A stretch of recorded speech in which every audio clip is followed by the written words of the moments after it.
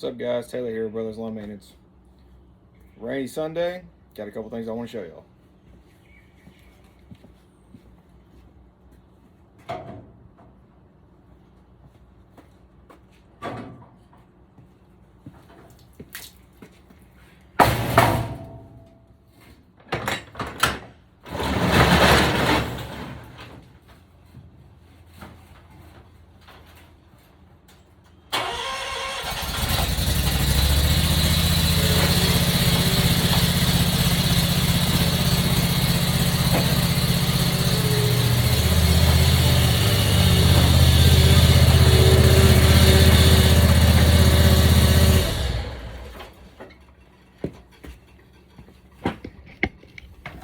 Take y'all with me.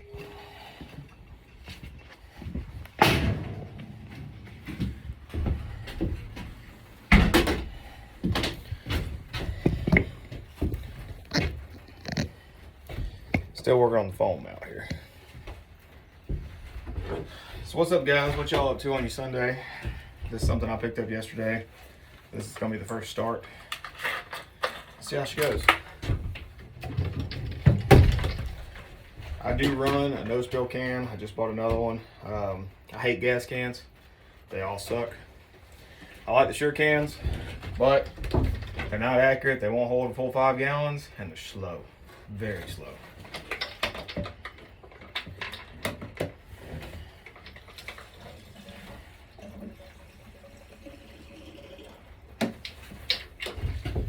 This one's not too bad, at least for 2-cycle.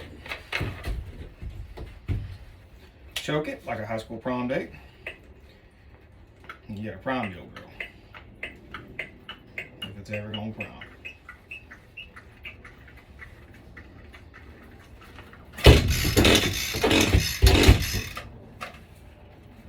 Make sure you switch it on.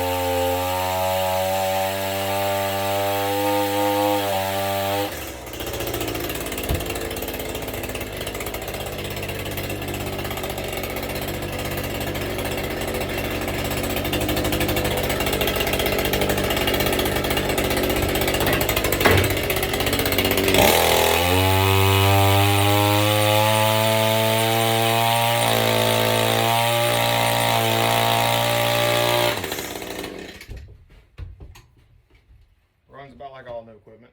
Shit.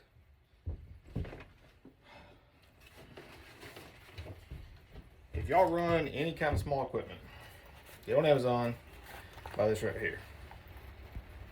This is a fixing machines can be easier. That's a carburetor adjustment toolkit. So this has got all your major brands. Hell, I think it's even got some of your minor brands in there. But I keep one of these on the truck. As the season changes, I like to readjust my carburetors when it gets cold. They may like more fuel, less fuel, shit. Depending on where you're at, they may like it just from the barometric pressure change. So let's take a look and see which one this one's got.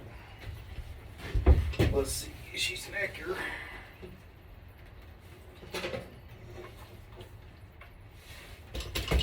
If it's even got an adjustment on it. Most of them do.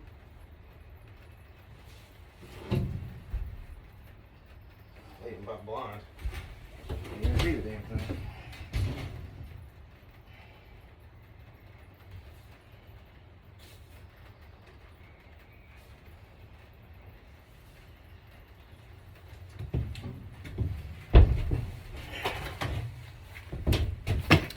Well, on the new Echoes, you can forget that, but I'm going to show you a trick.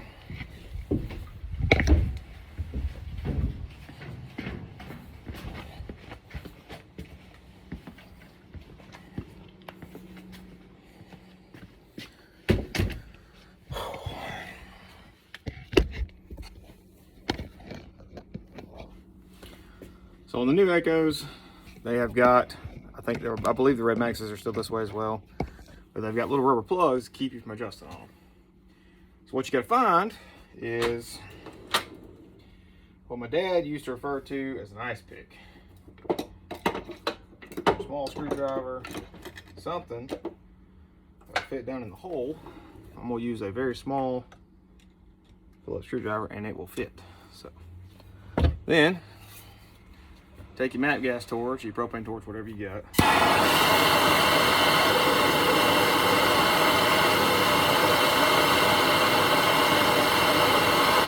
Get it good and red. You ain't gotta have the damn thing on fire, but get it red. Stick it in where you think the adjustments are, and I'll show you guys here in just a second. Let it cool.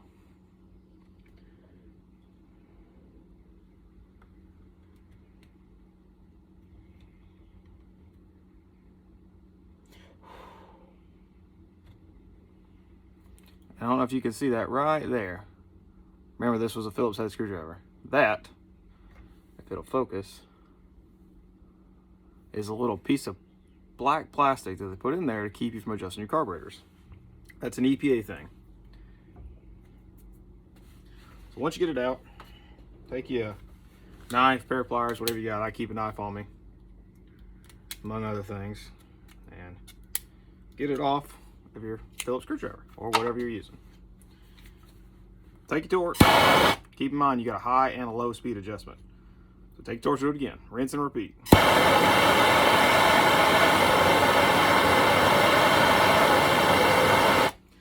Also keep in mind you're only trying to melt plastic. So it needs to be hot, but it doesn't need to be that hot. The hotter it is, it really doesn't matter. But the hotter it is, the longer it takes to solidify into the plastic. The plastic will actually melt to it as it cools down, and then you can pull the plug out. There is the second one. Again, take your blade or your pliers or your purse or whatever you got. I'm gonna burn it off so I can. Now I got my small Phillips head screwdriver back.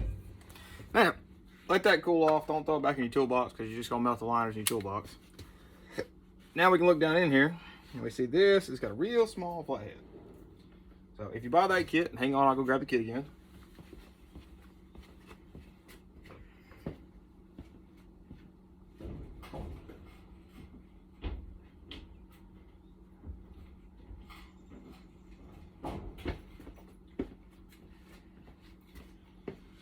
Y'all don't mind my garage, it's been one big project after the next. But open your kit up and you will see all sorts of different sizes, shapes, whatever.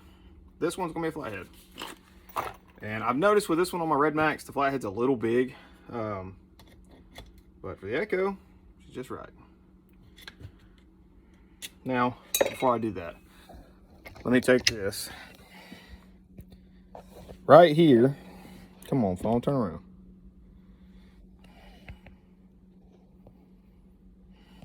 It's not gonna turn around on me. Anyways, right there. That's your low speed. Right in here, if y'all can see that hole, is your high speed. So that's what you're going after to adjust. So this is gonna be noisy, so y'all aren't gonna hear anything I say. Flathead. Switch on, start your new piece of equipment. Flathead. Find your hole. I know y'all don't have to do that.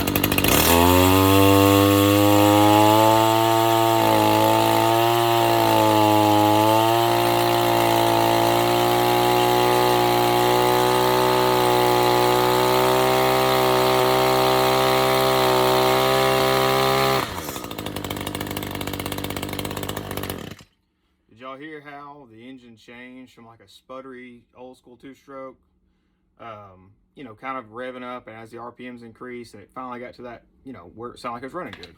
If you do this enough, you work on enough of them, you'll get an ear for it. But see how it restarts.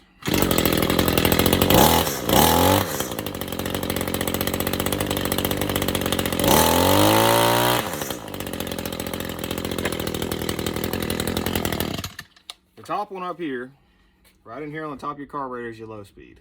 That's what you're going to go after for some of your idle. Now you've still got the idle stop screw to help maintain your RPM or whatever you want, but the low speed adjustment, when you first squeeze the trigger and you're sitting at idle, that's what that adjustment's for. The high speed is when you're running it as fast as she'll turn. You want to get the optimal amount of fuel and air through the carburetor so you don't foul plugs, you don't burn it up, because if you get too lean, you'll score the cylinder and piston. And obviously you want it to run right. So you're gonna have to do this on all your equipment. None of them are just right, especially if you buy them in the big box store. I bought this one from Home Depot. It is what it is. Your shop should do it for you, but again, they've got rubber plugs or plastic plugs in them, so they don't want you to adjust them. But they ship these things all over the country, so if you're, whatever state you're in, your barometric pressure may be different from where they manufacture them. So if you're closer to sea level, higher to sea level, you need to adjust the carburetor. So anyways, that's that. I'm gonna probably split this video up. I don't know. This is probably gonna wind up on YouTube, seeing as how I've been shadow banned from TikTok. But I decided to make a little longer form content just for YouTube. Put your screwdriver back, so the next time you have to do this, you don't lose it. You're going to have to do this again. From the time your piece of equipment's new till about 10 hours of use, you need to readjust it then. Once it's got good and broken in, and the engine's wearing together, you have to adjust it. I adjust mine every winter, every summer. When the temperature changes outside, they want more or less fuel. It just is what it is. Anybody that's got a little age to them, y'all know, y'all used to go out there and change the points, condensers, adjust your carburetors every time the weather changes, every time it rained. Guess what? Equipment's the same way. I'm gonna throw this up real quick. I keep a tool bag in here. That stays in the truck. Now, my next segment of this video, see if I can get you guys set up here, is something that I have seen time and time again on when I was working on Skags for a living. I serviced these mowers for 8 years. I was Skag certified, Kawasaki certified, Kohler Briggs, Husqvarna Red Max. I had to have all the certificates. That's another story for another day. I can be happy to make that video if y'all would like. This one is a dumb one for y'all to forget. And I think any truck you have, any trailer you have, any piece of equipment you have needs to have one of these on it. A fire extinguisher. I can show you in just a second. My old mower, I've got it mounted to the roll bar. I just got this mower a couple weeks ago and I actually ordered these on Amazon and they never showed up. So Home Depot for the win. These are your normal red residential fire extinguishers. I believe these are the dry powder, they're not the CO2. But I've seen a lot of Skags burn to the ground, especially older Skags with 19 horse Kawasaki's on them because of oil leaks. The oil will build up on them. Nobody washes their equipment, nobody cares. They go out there and they work them to death. They don't do any maintenance on them. And then this happens. Well, the oil builds up on the frame and starts collecting dirt and dust and grass. That muffler's hot. I mean, they're 400-ish, 500 degrees. You get one spark, you get one chance, the mower's up. If you don't have a water hose nearby or something to put the fire out, like a fire extinguisher, you're screwed. So would you rather buy a $9,000, $10,000, $12,000 new machine or a $21 fire extinguisher? This is insurance like no other. So I don't need the plastic mount. I ordered a Velcro mount like you would have on your off-road Jeeps, put it on the roll bar. So give me just a second, I'll install this.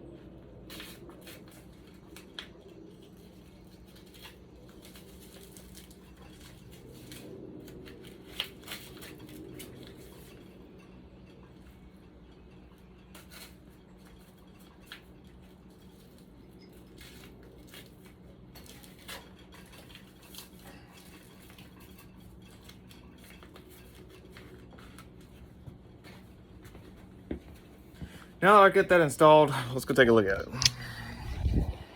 I don't know why my camera won't flip around, but we're gonna make do with this. So here is my fire extinguisher. Bought them out on Amazon. I think it was like $13 or $14. It's got a little holder on the bottom.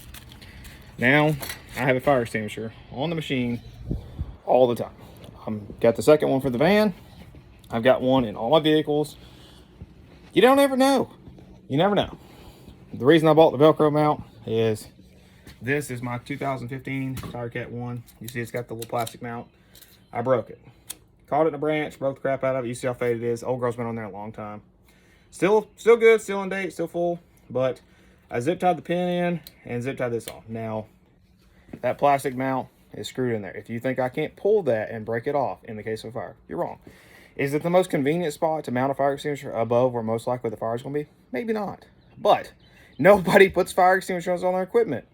So I'm already doing better than the next guy. And mind you, I worked in the service industry for 8 years. I worked on hundreds of thousands of pieces of equipment. You know, obviously most of them were more than one time. But nobody carries fire extinguisher. Most people don't keep one in their truck. I mean, how many times have you seen cars burnt down on the side of the interstate? You know, I see it once a week. It happens all the time. So it's not going to happen to me. Or well, it could happen to me. But I'm not going to be completely unprepared. I may be partially unprepared. So if you guys want to see the quick video of me throwing the other one in, hell, I don't guess why not. I'm making this video for probably no reason. Here is our second one. So let's go see where we're gonna mount this thing. Mind you, I'm using a homemade tripod here because Amazon really dropped the ball on me this week. They did not get my fire extinguishers to me at all. And I ordered a tripod to make these videos and a set of microphones and some other stuff. Don't mind the head height. They just ain't showed up. They're 3 days late and they keep saying, oh, they're coming today by 10. So I'm sure you guys know the Amazon pain. I've got a little clip here that I use to hold the door open, so don't mind that. Where do I want to put this?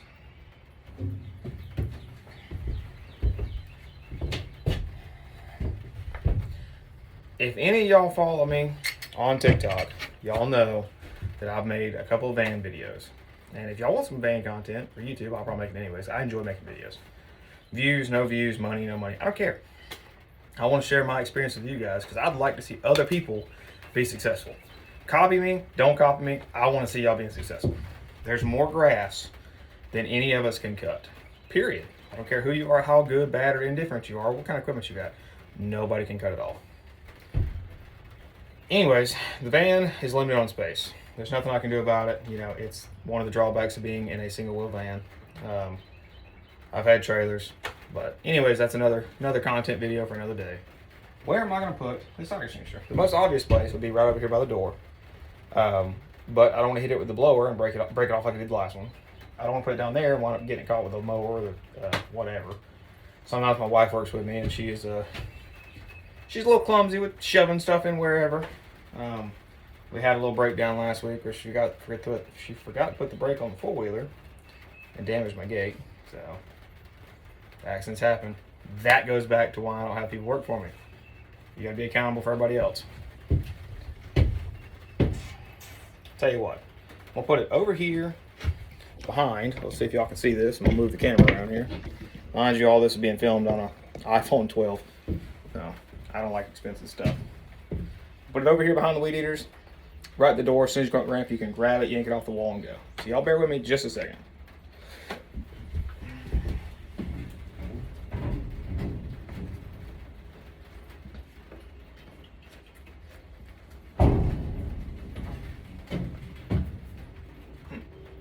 I take that back, TikTok, or YouTube, sorry. Walls are too thin for that. All of these have to be through bolted. Dang. Well, I don't have anything in here to mount it to. We'll come back to that. For now, it's going to be sat in here. I'll put it right beside the gas cans. Just know I have a fire extinguisher in the van.